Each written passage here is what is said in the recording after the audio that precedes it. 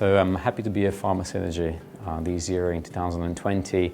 I've seen PharmaSynergy growing actually quite a lot in the past few years, and the beauty about this event is that it gets people together from the pharma industry that are like-minded, they're working in BD. It's very focused in a way, it's still quite niche, therefore you get the chance to talk to almost everybody in a way or another, and it's beautiful to exchange experiences in this field, and I've seen many friends from past years.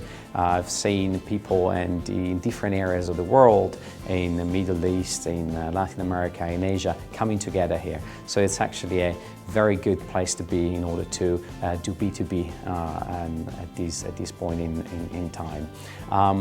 What I've done today was giving a little bit of a glimpse of what I believe, or why I believe partnerships are so important. I'd like to use the parallel of partnership being symbiosis, and specifically the mutualistic kind of symbiosis, whereby two parties come together and they benefit both from the partnership, a win-win collaboration. I gave some examples of win-win collaborations, either because of geographical expansion or capabilities, need for specific additional capabilities, or linked to R&D, building pipeline, and so on and so forth. And in terms of R&D, you'll see that many multinational companies are actually getting out of the R&D in the classical way, but they're approaching more and more a total partnership kind of approach, whereby if you look at the assets that have been launched by big pharma companies in the past few years, only about 10% or between 5 and 15% of those are actually assets coming from their internal development. Most of the assets come somehow from partnerships. It can be an acquisition, it can be a licensing, and that's where Mundipharma is going as well.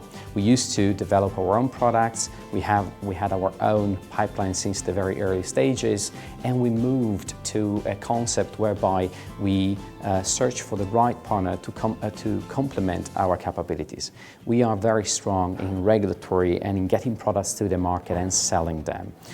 We cannot pretend to be very strong in innovating in the research bit. So it is a little bit of S&D, it is search and development.